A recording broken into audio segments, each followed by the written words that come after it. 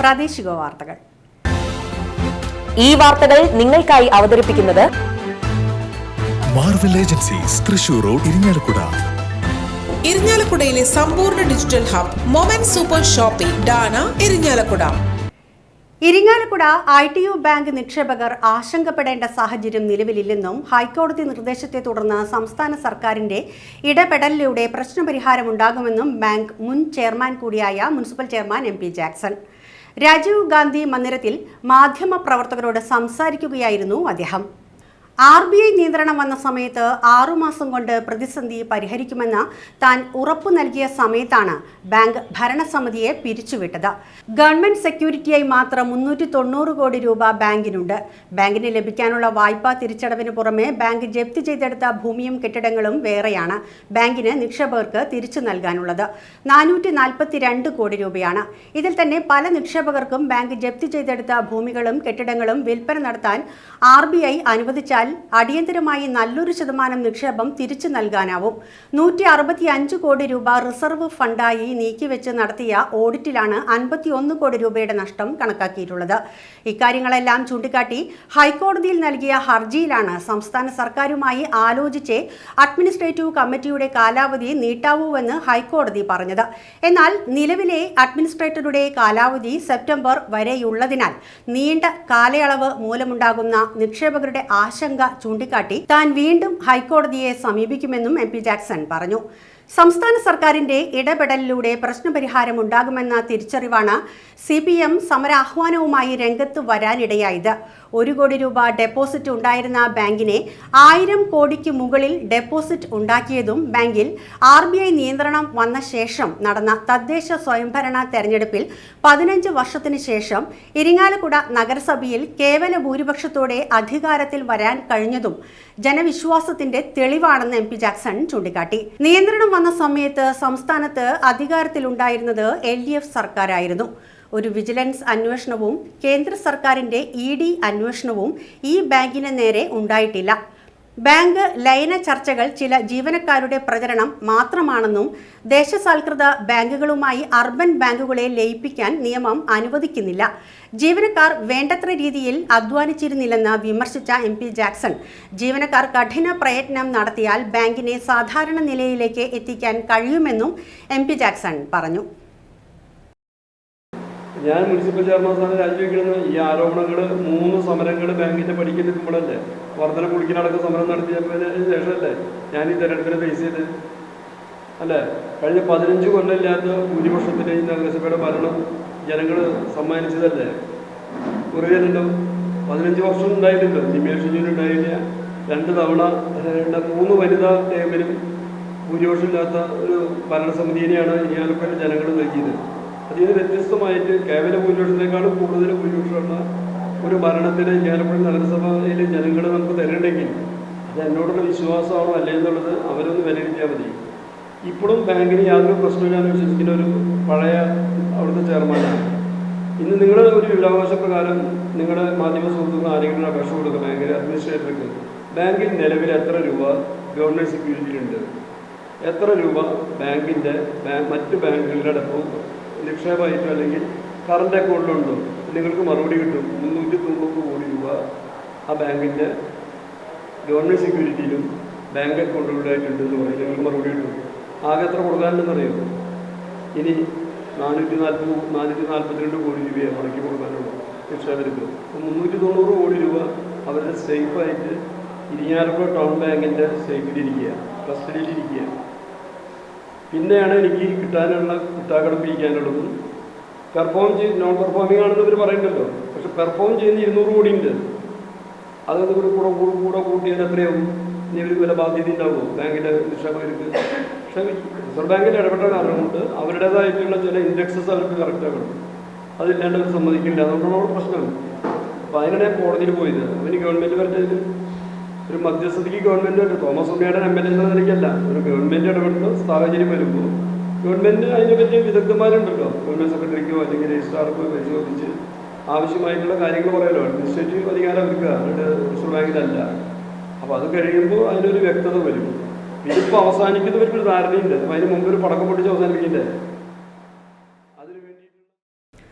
വിശുദ്ധി നിറഞ്ഞ ആത്മീയ ആചാര്യനായിരുന്നു മാർ ജെയിംസ് പഴയാറ്റിലെന്നും അദ്ദേഹത്തിന്റെ ജീവിത മാതൃക ഇരിങ്ങാലക്കുട രൂപതയ്ക്ക് എന്നും പ്രചോദനമായിരിക്കുമെന്നും രൂപത ബിഷപ്പ് മാർ പോളി കണ്ണൂക്കാടൻ.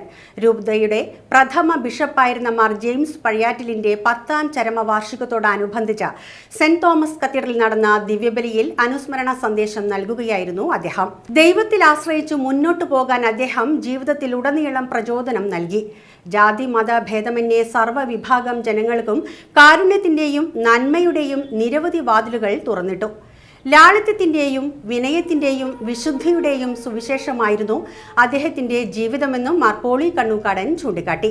രൂപതയിലെ 141 ഇടവകകളിലും ആയിരക്കണക്കിന് വിശ്വാസികൾ അനുസ്മരണ ദിവ്യബലിയിലും മറ്റു ചടങ്ങുകളിലും പങ്കെടുത്തു. രൂപത ആസ്ഥാന ദേവാലയമായ കത്തീഡ്രലിൽ നടന്ന സമൂഹ ബലിയിലും കബറിടത്തിലുള്ള പ്രാർത്ഥനകളിലും മാർ പോളി കണ്ണൂക്കാടനൊപ്പം 100-ലേറെ വൈദികർ സഹകാർമ്മികരായി. രൂപത chancellor father Kiran Thatla, cathedral വികാരി ഫാദർ ഡോക്ടർ ലാസർ കുറ്റിക്കാടൻ, വികാരി ജനറൽമാരായ monsignor Jose Maliyakkal, monsignor Wilson Eerathara, monsignor Andrew Alappadan, finance officer father Lijo Konkoth എന്നിവർ നേതൃത്വം നൽകി. ഞങ്ങളോട് കാണിച്ച വലിയ കൃപയെ പ്രതി അങ്ങയുടെ മഹനീയ നാമത്തിനെ എപ്പോഴും സ്തുതിയും ബഹുമാനവും കൃതജ്ഞതയും ആരാധനയും സമർപ്പിക്കുവാൻ ഞങ്ങൾ കടപ്പെട്ടവരാകുന്നു. പിതാവും പുത്രനും പരിശുദ്ധാത്മാവുമായ സർവേശ്വരായ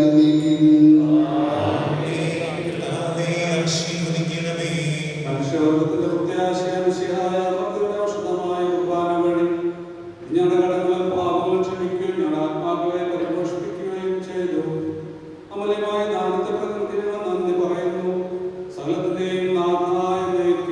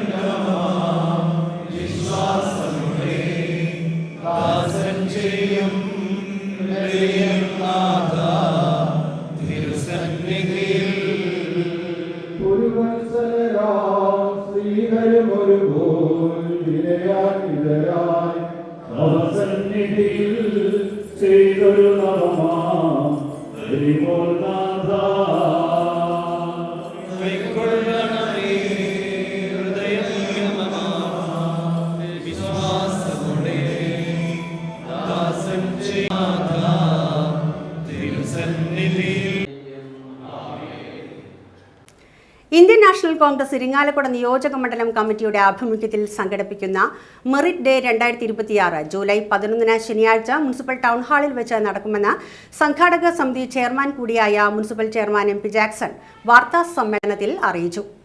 രാവിലെ 10-ന് ചേരുന്ന ചടങ്ങിൽ ഷാഫി പറമ്പിൽ MP ആദരണ സമ്മേളനം ഉദ്ഘാടനം ചെയ്യും. ജില്ലാ കോൺഗ്രസ് കമ്മിറ്റി പ്രസിഡന്റ് ജോസഫ് ടാജറ്റ് ചടങ്ങിൽ മുഖ്യാതിഥിയായിരിക്കും. 100% വിജയം കൈവരിച്ച നിയോജക മണ്ഡലത്തിലെ 42 സ്കൂളുകളെയും നിയോജക മണ്ഡലത്തിലെ 80 സ്കൂളുകളിൽ നിന്നുമായി എല്ലാ വിഷയങ്ങളിലും A+ നേടിയ 825 വിദ്യാർത്ഥികളെയും നിയോജക മണ്ഡലത്തിന് പുറത്ത് പഠിച്ച് എല്ലാ വിഷയങ്ങളിലും A+ നേടിയ 110 വിദ്യാർത്ഥികളെയും ചടങ്ങിൽ ആദരിക്കും. നിയോജക മണ്ഡലം കോൺഗ്രസ് കമ്മിറ്റിയുടെ നേതൃത്വത്തിൽ തുടർച്ചയായി 5ാം തവണയാണ് മെറിറ്റ് ഡേ സംഘടിപ്പിക്കുന്നത്. സംഘാടക സമിതി രക്ഷാധികാരി TV ചാർലി, വൈസ് പ്രസിഡന്റുമാരായ സോമൻ ചിറ്റേത്ത്, ഷാറ്റോ കുര്യൻ, കോർഡിനേറ്റർമാരായ CS അബ്ദുൽ ഹഖ്, AC സുരേഷ് എന്നിവരും വാർത്താ സമ്മേളനത്തിൽ പങ്കെടുത്തു. നമ്മുടെ 5ാമത്തെ വർഷമാണ് തുടർച്ചയായി ഈ നിയോജകമണ്ഡലത്തിലെ SSLC, +2, CBSE, ICSE പരീക്ഷകളിൽ ഫുൾ A+ കരസ്ഥമാക്കുന്ന കുട്ടികൾക്ക് വലിയൊരു ആദരവ് നൽകി വരുന്നത്. ഈ വർഷത്തെ ആദരവ് നൽകുന്നത് ബഹുമാന്യനായ കേരളത്തിൻ്റെ വടകരയിലെ MP ശ്രീ ഷാഫി പറമ്പിലാണ്.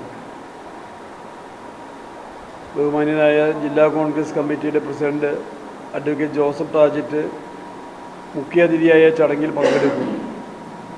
ഈ നിയോജകമണ്ഡലത്തിലെ മുഴുവൻ കോൺഗ്രസിൻ്റെ നേതാക്കന്മാരും പ്രവർത്തകരും നാളെ നടക്കുന്ന ഈ ആദരവ് ചടങ്ങിൽ സംബന്ധിക്കും. നമ്മൾ സമൂഹത്തിൻ്റെ പല മേഖലകളിലും ഇത്തരം കുട്ടികളെ തിരഞ്ഞുപിടിച്ച് ആദരിക്കുന്ന ചടങ്ങ് SSLC പരീക്ഷാ ഫലം പ്രഖ്യാപിച്ചതിന് ശേഷം നമ്മളെല്ലാ ദിവസവും കാണുന്നുണ്ട്. വഴിനീളെ ഫ്ലെക്സ് ബോർഡുകൾ സ്ഥാപിച്ച് അവരെ അനുമോദിക്കാനും സാമൂഹിക സംഘടനകൾ, റെസിഡൻസ് അസോസിയേഷൻ മുതൽ രാഷ്ട്രീയ പാർട്ടിയുടെ സംഘടനകൾ വരെ അവർക്ക് ആദരവ് കൊടുക്കുന്നതും നമ്മൾ കാണാറുണ്ട്.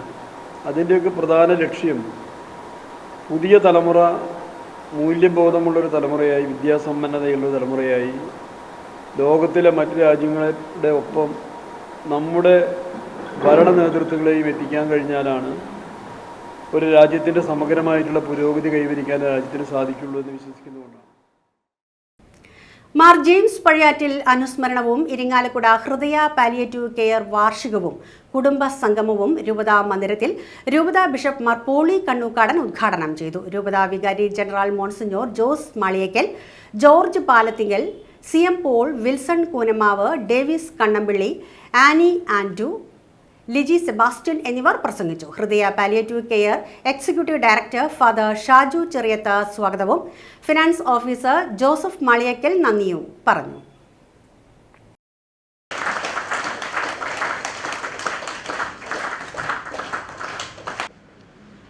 ഈ പാലിയേറ്റീവ് കെയറിൻ്റെ കഴിഞ്ഞ 9 വർഷത്തെ വളർച്ച എടുത്തു പറഞ്ഞു കഴിഞ്ഞാൽ അതിൻ്റെ പിന്നിലുള്ള ചേതോവികാരം എന്ന് പറയുന്നത് ദൈവപരിപാലനയിൽ ആശ്രയിച്ചുകൊണ്ട് മുന്നോട്ട് പോകുന്നു.